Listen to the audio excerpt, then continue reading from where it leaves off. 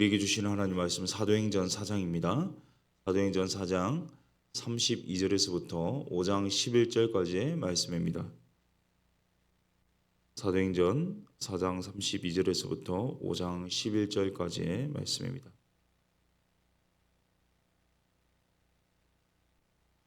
사도행전 4장 32절부터 5장 11절까지 말씀을 함께 교독하도록 하겠습니다. 제가 32절부터 읽겠습니다. 믿는 무리가 한 마음과 한 뜻이 되어 모든 물건을 서로 통용하고 자기 재물을 조금이라도 자기 것이라 하는 이가 하나도 없더라. 사도들이 큰 권능으로 주 예수의 부활을 증언하니 우리가 큰 은혜를 받아 그중에 가난한 사람이 없으니 이는 밭과 집 있는 자는 팔아 그 판 것의 값을 가져다가 사도들의 발 앞에 두매 그들이 각 사람의 필요를 따라 나누어 줌이라. 구브로에서 난 레이족 사람이 있으니 이름은 요셉이라. 사도들이 일컬어 바나바라 번역하면 유레의 아들이라 하니 그가 밭이 있음에 팔아 그 값을 가지고 사도들의 발 앞에 두니라. 아나니아라 하는 사람이 그의 아내 삽비라와 더불어 소유를 팔아 그 값에서 얼마를 감추매 그 아내도 알더라. 얼마만 가져다가 사도들의 발 앞에 두니 베드로가 이르되 아나니아야 어찌하여 사단이 내 마음에 가득하여 네가 성령을 속이고 땅값 얼마를 감췄느냐.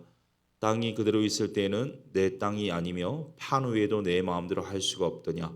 어찌하여 이 일을 내 마음에 두었느냐. 사람에게 거짓말한 것이 아니요 하나님께로다. 아나니아가 이 말을 듣고 엎드려져 혼이 떠나니 이 일을 듣는 사람이 다 크게 두려워하더라. 젊은 사람들이 일어나 시신을 싸서 메고 나가 장사하니라. 3시간쯤 지나 그의 아내가 그 일어난 일을 알지 못하고 들어오니 베드로가 이르되 그 땅 판값이 이것뿐이냐 내게 말하라 하니 이르되 예 이것뿐이라 하더라. 베드로가 이르되 너희가 어찌 함께 끼어여 주의 영을 시험하려 하느냐. 보라 내 남편을 장사하고 오는 사람들의 발이 문 앞에 이르렀으니 또 너를 메어 내가리라 하니 곧 그가 베드로의 발 앞에 엎드러져 혼이 떠나는지라. 젊은 사람들이 들어와 죽은 것을 보고 미어다가 그의 남편 곁에 장사하니 같이 있습니다. 온 교회와 이 일을 듣는 사람들이 다 크게 두려워하니라. 아멘. 오늘 본문은요 우리의 기대를 저버리는 충격적인 이 사건이 나오고 있습니다. 이 설교자가 이 설교하기에 굉장히 까다로운 본문인데요. 특히 이 에피소드 전체에서 헌금이라는 주제가 매개가 되고 있습니다. 이 헌금에 대한 주제는요, 이 설교로 다루기에 굉장히 까다롭거든요. 이런 맥락에서 이 정해진 본문이 아니라면 일부러 하기가 어려운 것이 오늘 본문인데요. 그럼에도 오늘 하나님께서 우리 교회에게 주시는 메시지가 있기에 이 말씀을 주셨습니다. 이런 맥락에서 오늘 말씀 선포하도록 하겠습니다. 우리 32절을 같이 읽습니다. 시작. 믿는 무리가 한 마음과 한 뜻이 되어 모든 물건을 서로 통용하고 자기 재물을 조금이라도 자기 것이라 하는 이가 하나도 없더라. 우리가 예수님 만나면 성령이 내주하시죠. 성령이 내주하시면 가장 큰 변화, 예수님 만난 자의 가장 큰 변화는요, 인격이나 성품이나 이 삶에 있어서 이 마음의 변화가 일어납니다. 미워하던 사람, 그토록 미워하고 보기 싫던 사람이요, 불쌍히 보이고요, 또한 도와주고 싶고 사랑하게 됩니다. 또 원래 이 남을 또 돕는 사람이 아닌데요, 왠지 이 남을 자꾸 돕고 싶은 마음이 샘솟습니다. 예수님 만나고 성령이 내주하시면 일어나는 변화 중에 하나인데요, 그런 성령 충만의 결과들이 32절에 기록되어 있거든요. 32절을 다시 보시면요, 첫 번째 현상이 성령 충만의 결과가 먼저 믿는 무리가 한 마음과 한 뜻이 되었다 이렇게 말씀하고 있습니다. 그러니까 마음과 영이 하나 된 것인데요, 이 성령 안에서 하나님의 마음을 품었다. 하나님께서 하나님의 비전이, 이 교회에게 주신 하나님의 비전이 온 교회가 이 비전을 향해서 한 마음이 되었다 이렇게 표현하고 있습니다. 또 하나의 성령 충만의 결과는요, 이 물건을 서로 통용했습니다. 모든 물건을 서로 통용했습니다. 이 통용은 요즘 우리가 일반적으로 많이 사용되는 이 공유의 개념이거든요. 이 물건과 이 재물을 공유했다는 말인데, 당시 베드로의 설교를 인해서요 하루 만에 3,000명 또 5,000명이 회심했습니다. 자, 이 회심한 사람들이 계속해서 말씀을 듣고 이 말씀으로 변화되기를 원했기 때문에 자신이 난 곳에 있었던 곳으로 돌아가지 않고요. 이 명절이 끝났음에도 불구하고 예루살렘에 머물기 시작했습니다. 당시 예루살렘에 이 집을 가지고 있었던 제자들 중에 이 사람들을 좀 받아 주었습니다. 이 성경학자들에 의하면요, 이 한 집당 받아들인 사람의 숫자가 약 30여 명이었을 것이다, 이렇게 보고 있습니다. 우리가 다락방에서 순회 다락방을 할 때 우리 순원들 또 선장님이 우리 집에 한번 오신다고 하면요, 정리와 정도를 하게 되고요, 또 이 다가도 내놔야 되고 신경 쓸 게 하나 두 개가 아닙니다.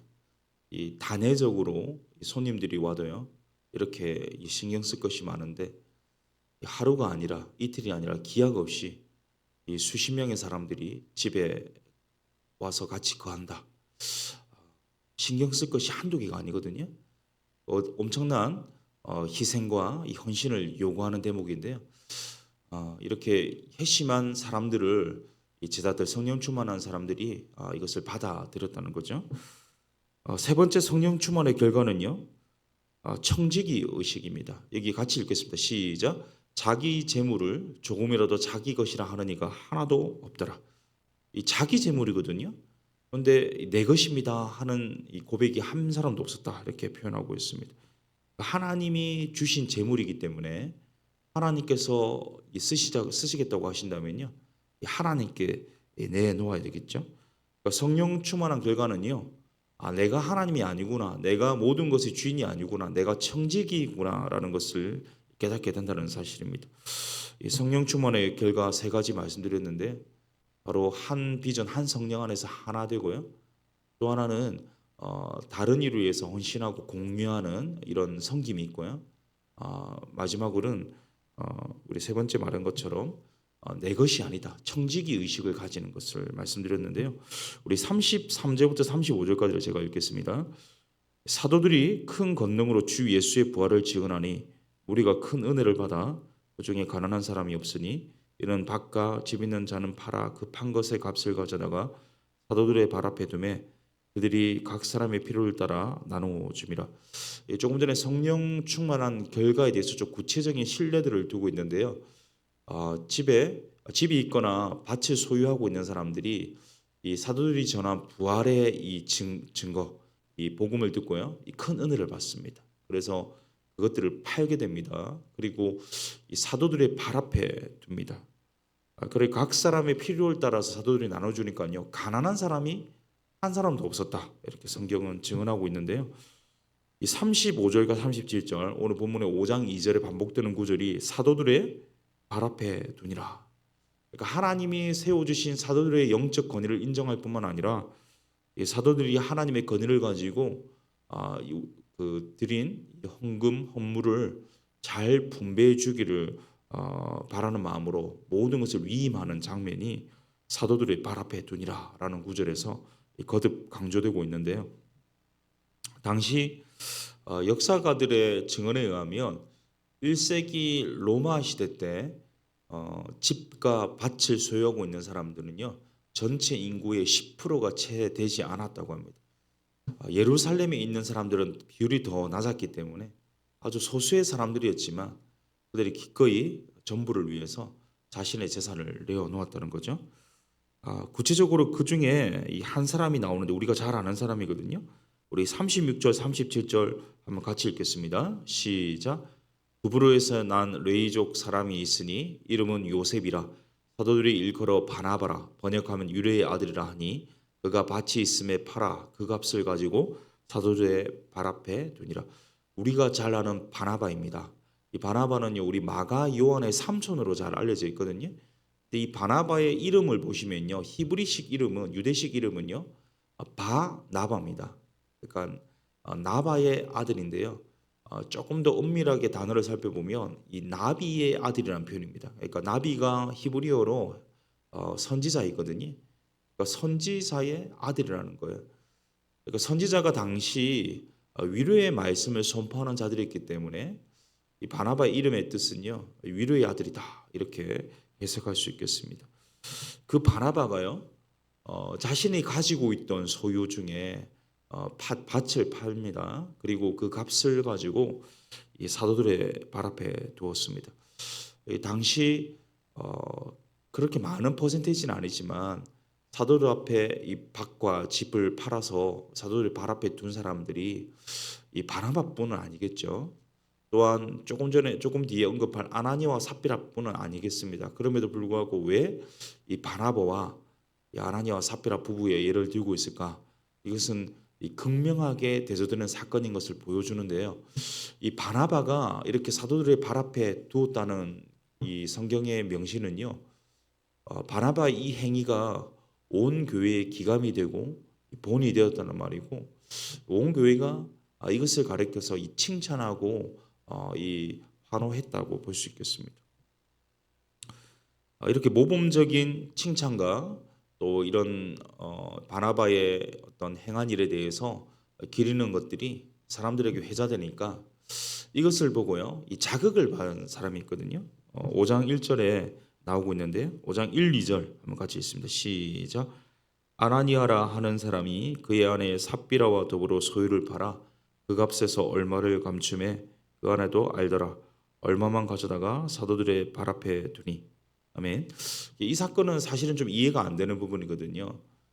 자기가 하나님 주신 것을 구별하지 않고 내 마음대로 쓰다가 하나님의 심판을 받았다. 그렇다면 조금 이해가 됩니다.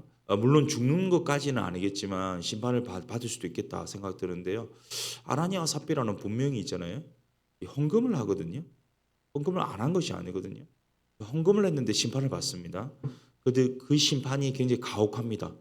죽거든요. 우리가 성경을 보면요. 우리가 이해 안 되는 부분들이 참 많이 있는데 특별히 사람을 죽인 사람도 천국 갑니다. 모세가 사람 죽인 사람 아닙니까? 천국 갔죠. 우리 다윗 살인교사고 가정 파괴범이거든요.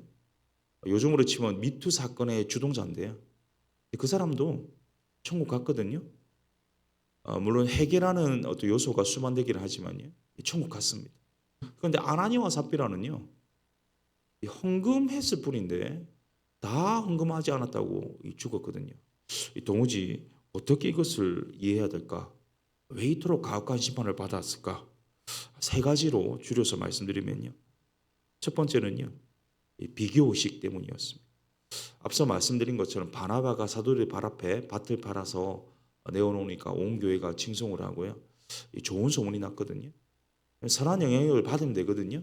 나도 팔아서 이렇게 하나님께 드리면 되는데 아나니아와 삽비라는요. 조금 관점이 달랐습니다. 이 바나바가 칭찬받는 모습 자체에 집중한 거예요. 나도 칭찬받고 싶다라는 생각이 마음속에 생겼습니다. 그래서 땅을 팔았던 동기 자체가 선하지 않았던 거죠. 이 동기가 하나님이 주신 것 감사해서 하나님 은혜에 반응해서 드리는 것이 아니라 기꺼이 자원해서 드리는 것이 아니라 나도 칭찬받고 싶다라는 불순한 동기에서 이 행위가 시작되었습니다. 이것이 첫 번째 심판받은 이유가 됩니다. 비교의식. 두 번째는 뭐냐면 2절에 나오거든요. 2절 같이 있습니다. 시작. 그 값에서 얼마를 감춤해 그 아내도 알더라. 얼마만 가져다가 사도들의 발 앞에 두니. 이 앞절에 보면요. 그 값에서 얼마를 감추었다. 그러니까 여기 감추다는 단어가 아간이 여호수아서의 아간이 자신이 훔친 것을 감추었다라는 그 단어와 똑같은 단어거든요. 그러니까 그 얼마를 감추었어요. 판 것의 전부가 아니라 얼마를 감추고 나서 사도들의 발 앞에 그것을 줍니다. 그러니까 이 아나니아와 삽비라의 이 심리는 그런 거죠. 칭찬받고 싶습니다. 그래서 팔았습니다. 그래서 이것을 기꺼이 내놓고 칭찬받고 싶어 했는데 땅 판값을 보니까 현물을 보니까요. 이 마음에 다시 물욕이 생기는 거예요. 다 주기에는 너무 아깝다라는 생각이 들었습니다. 그래서 그 일부를 숨겨놓거든요. 일부만 판값의 전부인 것처럼 내놓았죠. 결국 이 불순한 동기에서 비롯된 이 현상이요. 이 그릇된 가정까지도 이어지게 됩니다. 사실 누가 강요한 것 아니지 않습니까? 꼭 집과 밭을 팔아라 사도들이 명령한 것도 아니고 하나님이 지시한 것도 아닙니다. 안 팔아도 됩니다. 자기 마음에 주시는 대로 팔 수도 있고 또는 다음에 드릴 수도 있고 여러 가지 선택과 판단의 어떤 과정이 있었을 텐데 이 헌금이라는 것이 우리가 이 자원하는 마음으로 기뻐하는 마음으로 드린 것이지 않겠습니까? 억지로 인색하게 내는 것이 헌금이 아니죠. 그 본질이 아닙니다. 그런데 이 동기가 불순하니까요. 이 가정도 불순하게 되는 거죠. 누가 땅을 팔려고 한 것도 아닌데 칭찬받기 위해서 팔았다가 막상 드리려고 하니까 너무 이제 아까운 거죠. 또 이 물욕이 생긴 거죠. 결국 그것을 일부만 내놓게 되는 이 탐심이 생겼습니다. 이 모든 것이 자기 결정, 자기 선택의 결과인데요. 야고보서 1장 15절을 제가 읽어드리면요. 욕심이 잉태한즉 죄를 낳고 죄가 장성한즉 사망을 낳느니라. 이 탐심이 이 죄로 이어졌고요. 그 죄로 인해서요 아나니아와 삽비라는요 결국 죽게 되었습니다. 두 번째 이 가혹한 심판의 결정적 계기가 되었던 게 바로 이 가정상의 탐심 때문이었습니다. 첫 번째 동기가 불순했죠. 이 비교의식 때문에 칭찬받기 위해서. 두 번째는 이 욕심이 잉태해서 탐심이 생기면서 죽게 되었는데요. 이 마지막 세 번째 이 가혹한 심판의 결정적 이유는요. 3절 4절에 나오거든요. 3절 4절을 읽겠습니다. 시작. 베드로가 이르되 아나니아여 어찌하여 사단이 내 마음에 가득하여 내가 성령을 속이고 땅값 얼마를 감추었느냐.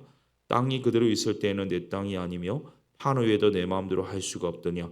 어찌하여 이를 내 마음에 두느냐. 사람에게 거짓말한 것이 아니요 하나님께로다. 아멘. 여기 3절과 4절에 보면요. 이 성령을 속인 죄, 하나님께 거짓말한 죄 이렇게 표현하고 있습니다. 이 거짓말이 세 번째 이 심판의 이유인데요. 그냥 거짓말이 아니라 이 성령을 속이고요. 이 하나님께 이 거짓말한 것이라는 거죠. 여기서 포인트는 땅 판값 몇 프로를 그 중에 몇 프로를 하나님께 바쳤냐가 이 포인트가 아닙니다. 이 강조점은요.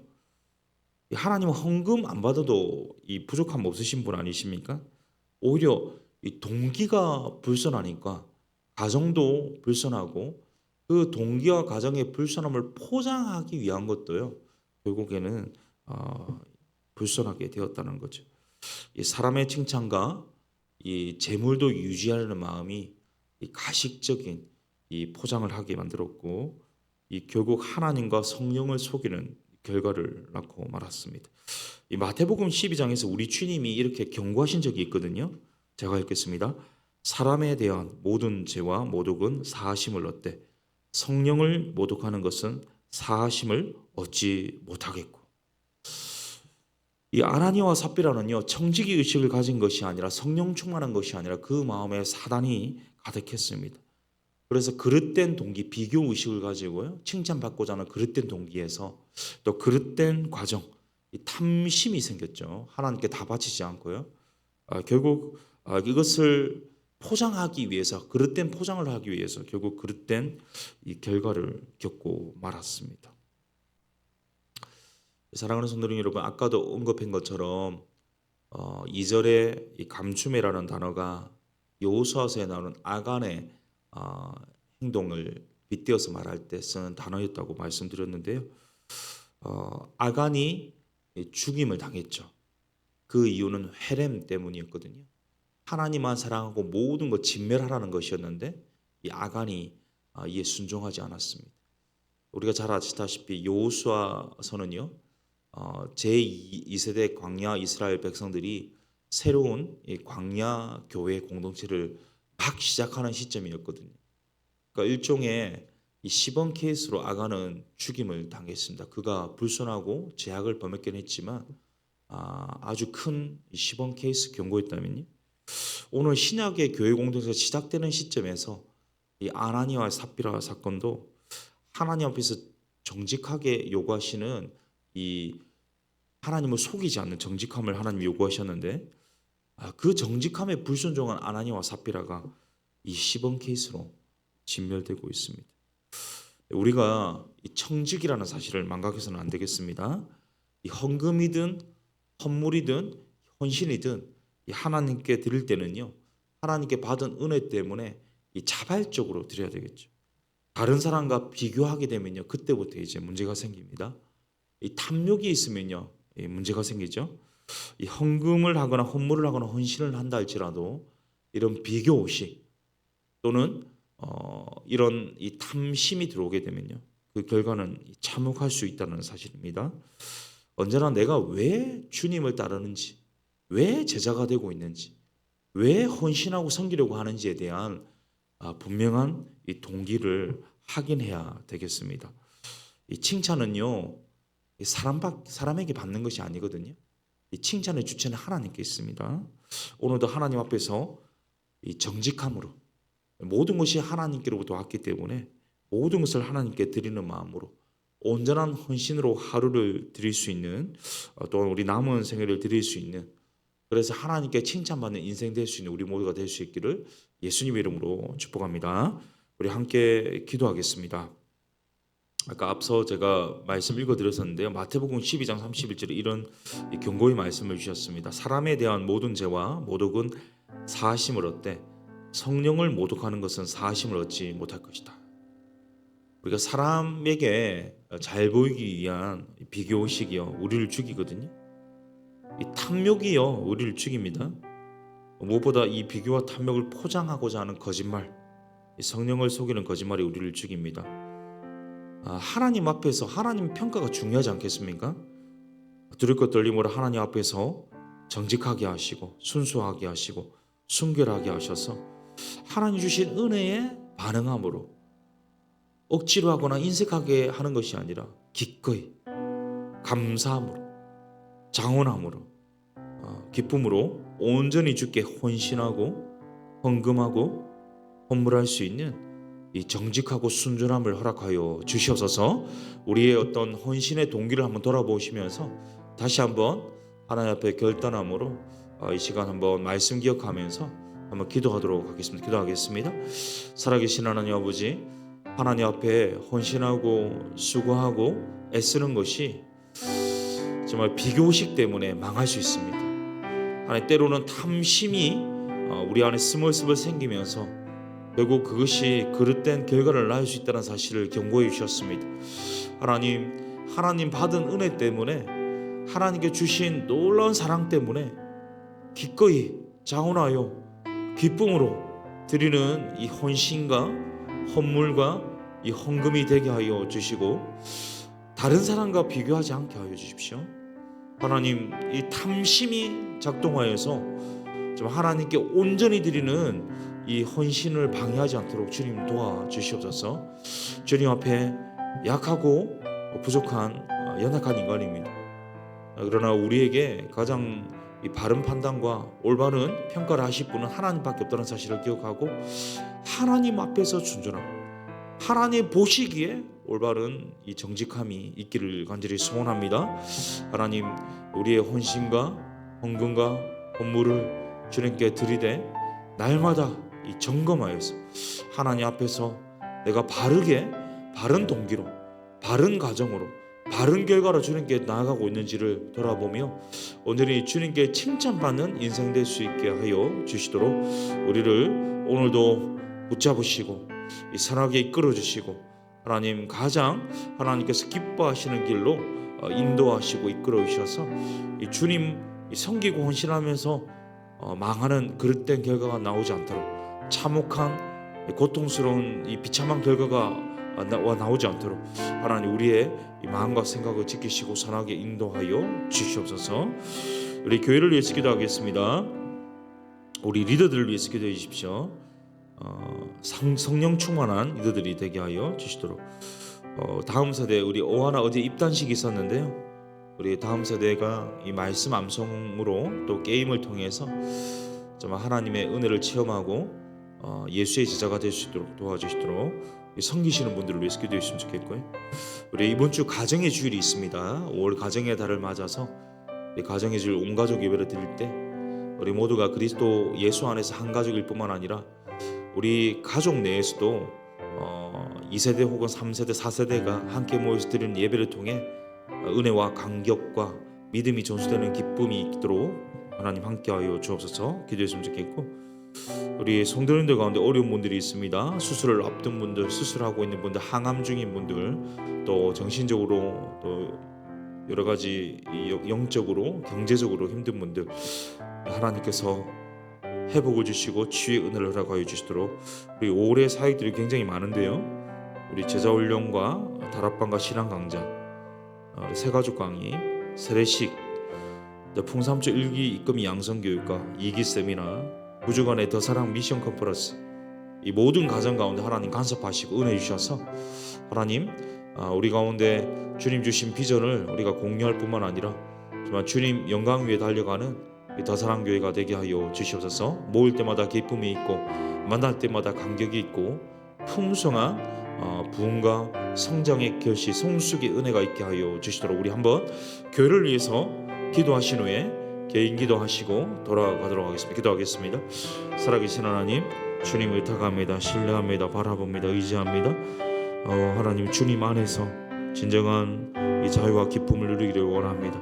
특별히 하나님, 우리 교회에 리더들을 세우셨습니다. 한 사람도 예 없이 열애 없이 성령의 충만함을 덧입혀 주시옵소서. 이 주님 안에서 이 성령 충만하여서 이 모든 걸 감당하는 모든 리더들 될 수 있기를 간절히 소원합니다. 주님 역사하시고 함께하여 주시고 우리 다음 세대가 더 소망이 있기를 원합니다. 예수를 비전으로 삼고 예수의 제자가 되고 예수의 자녀들이 되고 하나님의 사람들이 되고, 무엇보다 이 어원을 통하여서 또한 이 모든 각 다음 세대 예배를 통해서 또한 이 가정의 주의를 통해서 온 가족 예배를 통해서 하나님 은혜와 갱신과 믿음의 전수가 일어나기를 간절히 소원합니다. 하나님께서 역사하시고 임재하여 주시옵소서.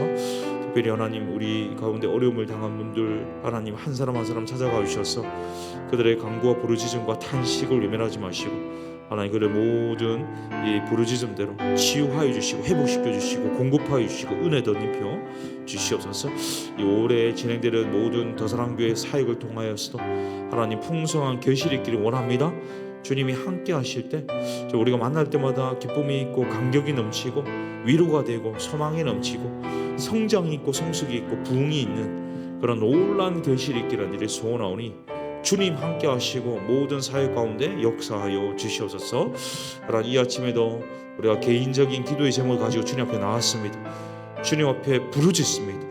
주님 탄식하며 주님께 나아갑니다. 계신 곳 하늘에서 흠양하여 주시고 가장 좋은 곳으로 선한 곳으로 최선의 것으로 응답하시고 신실하게 역사하시고 하나님 그 마음의 이 상한 심령 또 하나님 이 마음의 공감들 하나님께서 오르만지시고 하나님 새 힘 주시고 소망 주셔서 오늘도 주님 안에서 이 하루를 승리하며 또 하나님 기쁨으로 강력함으로 또 주님 주신 사명 감당함으로 오늘도 주님께 영광 돌리는 하루 될 수 있도록 우리를 사용하시고 인도하여 주시옵소서. 주님.